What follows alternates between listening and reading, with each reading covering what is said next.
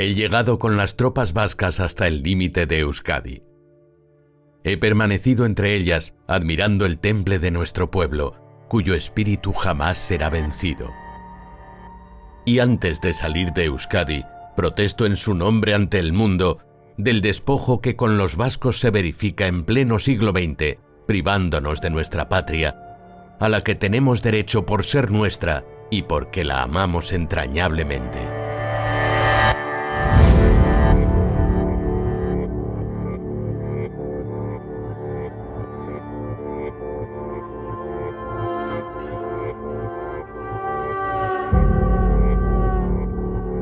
Y protestamos doblemente porque para verificar el despojo ha necesitado el fascismo español de fuerzas mercenarias y extranjeras y de elementos de guerra alemanes e italianos. Con absoluto descaro, invocan nuestros enemigos el derecho de conquista. Lo negamos para siempre. El territorio habrá sido conquistado. El alma del pueblo vasco no. No lo será jamás.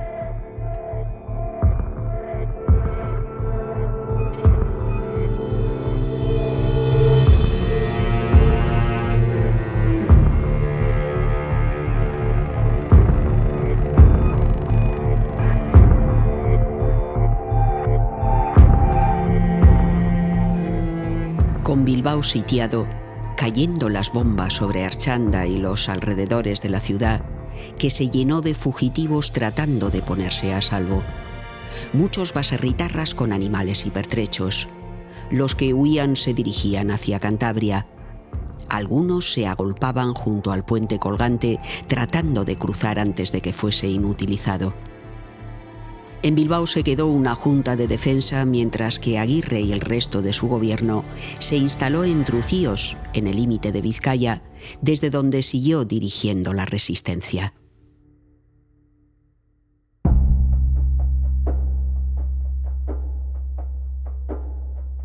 De Trucíos el gobierno se trasladó a Santander, desde donde continuó la evacuación de la población civil en buques escoltados por barcos de guerra franceses y británicos. José Antonio Aguirre, tras una breve estancia en Francia, fijó su residencia en Barcelona. El Endacari fue recibido con todos los honores a su llegada.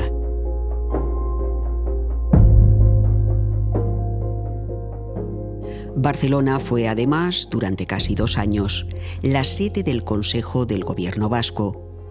Aquí se reunía el Pleno con las ausencias del republicano Espinosa, fusilado por los franquistas, y el comunista Astigarribia, que había sido apartado del gobierno por su propio partido.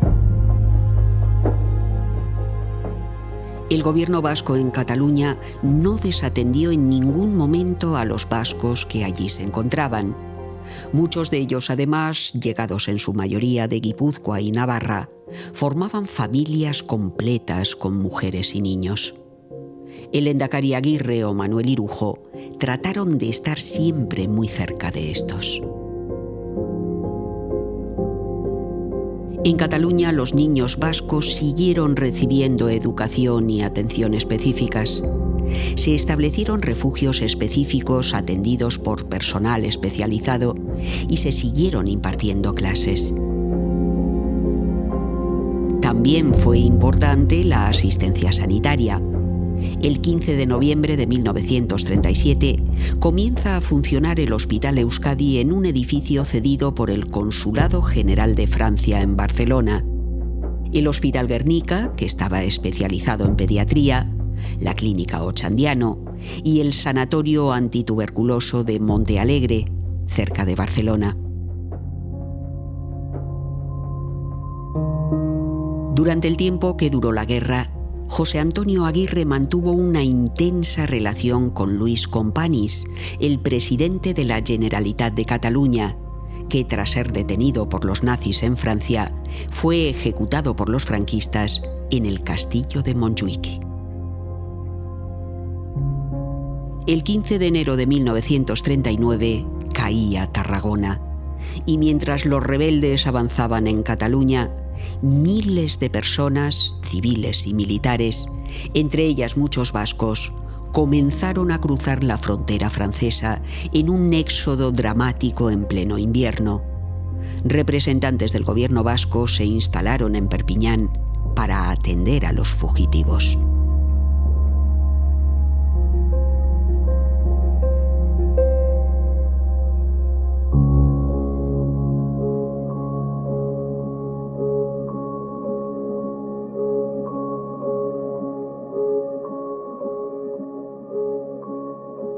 El gobierno vasco exiliado, a pesar de las dificultades y de la distancia, estuvo muy atento a la suerte que pudieran correr los miles de prisioneros que habían caído en manos de los franquistas. Intercedió ante el Vaticano, ante las diferentes cancillerías, gestionando canjes como el concluido en 1938. En París, el gobierno y sus consejeros siguieron sus actividades. Incluso iniciaron un proceso para modificar el programa de gobierno. El 10 de agosto de 1937, el entonces consejero de Sanidad del gobierno vasco, Eliodoro de la Torre, daba orden al doctor Gonzalo Aranguren de iniciar la evacuación de la mayor parte de los heridos de guerra que se encontraban en Santander. El principal problema era el de encontrar un lugar adecuado que fuera capaz de recibir una primera expedición de heridos.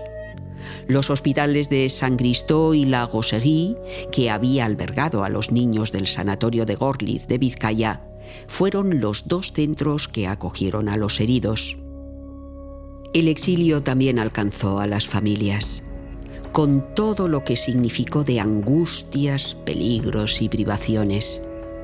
Aguirre recordaba que, salvo a Aintzane, la mayor que nació en Guecho, sus hijos, Joseba e Iñaki, lo hicieron en el destierro. Joseba en París, Iñaki en Nueva York. Lo mismo ocurrió con Jesús María Leizaola. En el exilio le acompañaron su esposa y sus hijos, Koldo, Begoña, Itziar, Coro, Arantza y Estíbaliz.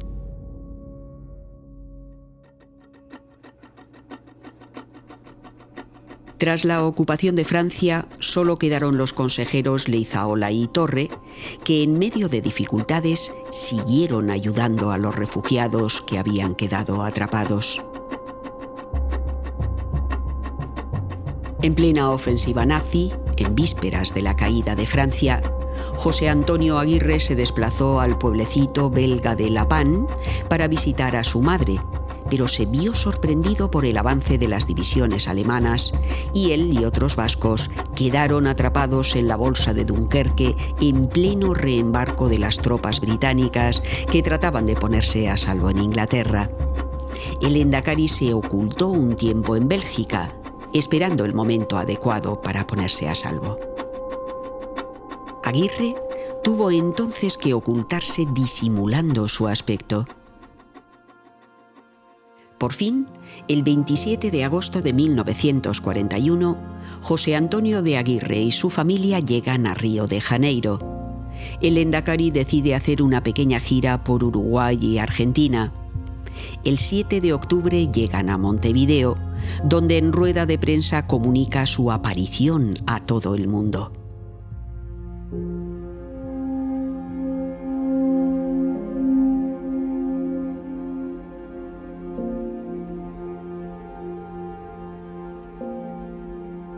Desde 1938 funcionaba una delegación del gobierno vasco en Nueva York que, tras la llegada de Aguirre, fue reforzada. Además de Manu de la Sota, que estaba en la ciudad desde el primer momento, se incorporaron Antón Irala, recién llegado desde Francia, y John Bilbao.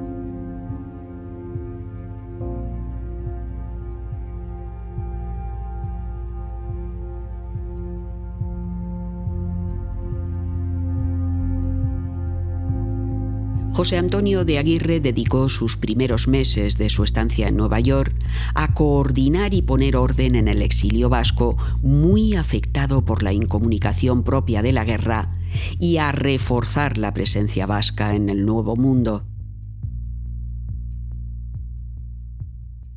Durante febrero y marzo de 1945 se reunió en Nueva York el Consejo del Gobierno vasco, que ratificó el programa de gobierno aprobado en Guernica en octubre de 1936, al tiempo que se reafirmaban en la lucha de los vascos contra la dictadura franquista. El 24 de marzo de 1945, Aguirre viajaba a París, donde mantuvo reuniones con los consejeros que se habían quedado miembros de la Liga Internacional de Amigos de los Vascos, dirigentes de su partido, y con representantes de todas las fuerzas políticas y sindicales vascas.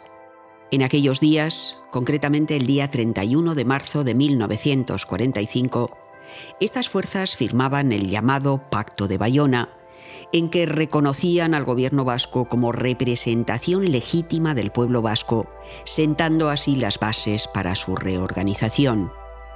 A su regreso de Estados Unidos y tras el Pacto de Bayona, la prioridad de Aguirre fue la de recomponer el gobierno tras los fallecimientos, ceses y dimisiones.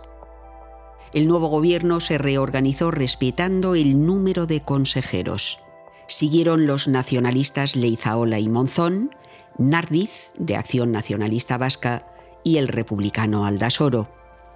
El PNV sustituyó a Eliodoro de la Torre, fallecido poco antes. Los socialistas designaron a Dueñas, Zarza y Echeverría. El PC hizo lo propio con Leandro Carro, mientras que Unión Republicana nombró a Manuel Campomanes en sustitución de Alfredo Espinosa. La situación internacional y las necesidades económicas forzaron la adecuación del número de consejerías, sumando a esto el cese del consejero comunista.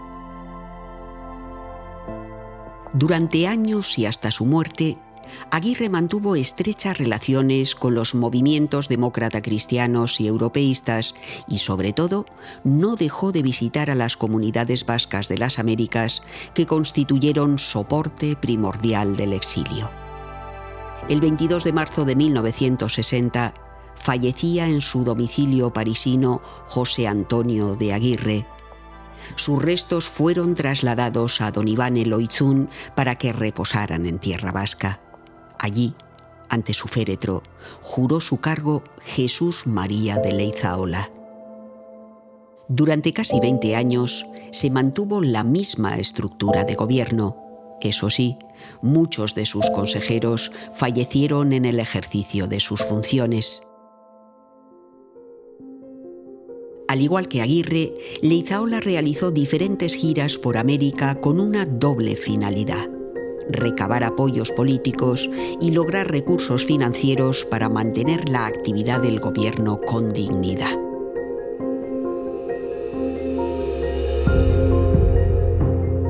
En el Aberri-Eguna de 1974 tendrá lugar una acción espectacular de amplia repercusión propagandística. El lehendakari Leizaola decidió cruzar Muga, aun sabiendo que aquello suponía poner en riesgo su libertad personal. Pero el momento lo requería. El domingo 14 de abril, Jesús María de Leizaola llegó clandestinamente a Guernica, donde protagonizaría un acto político que duraría 15 minutos para evitar la irrupción de la Guardia Civil. El 20 de noviembre de 1975 fallecía Francisco Franco, el dictador más persistente de la Europa occidental.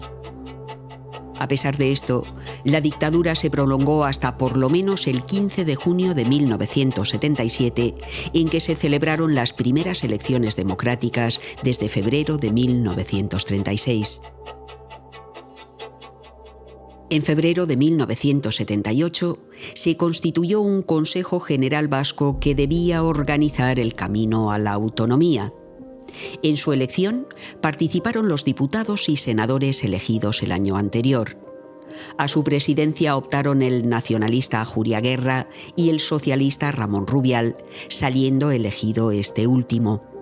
En junio de 1979, Rubial fue sustituido por el nacionalista Garaikoetxea, que meses más tarde, tras la aprobación del estatuto, fue elegido tercer lehendakari del gobierno vasco.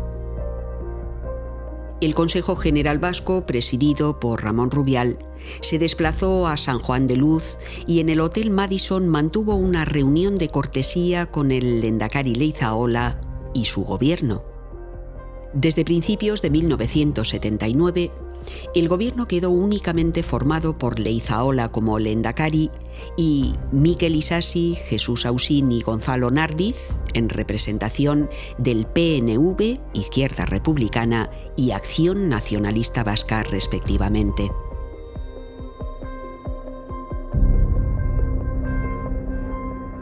Por fin, el 25 de octubre, se aprobaba un nuevo Estatuto de Autonomía que abría a los vascos nuevas posibilidades de autogobierno y la formación de un nuevo gobierno vasco.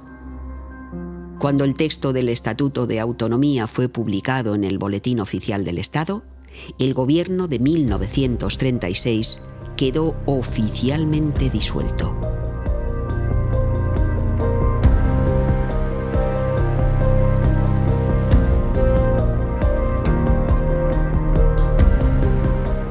El 15 de diciembre de 1979, Jesús María de Leizaola llegaba al aeropuerto de Bilbao, recibido por cientos de personas, poniendo fin a 43 años de exilio.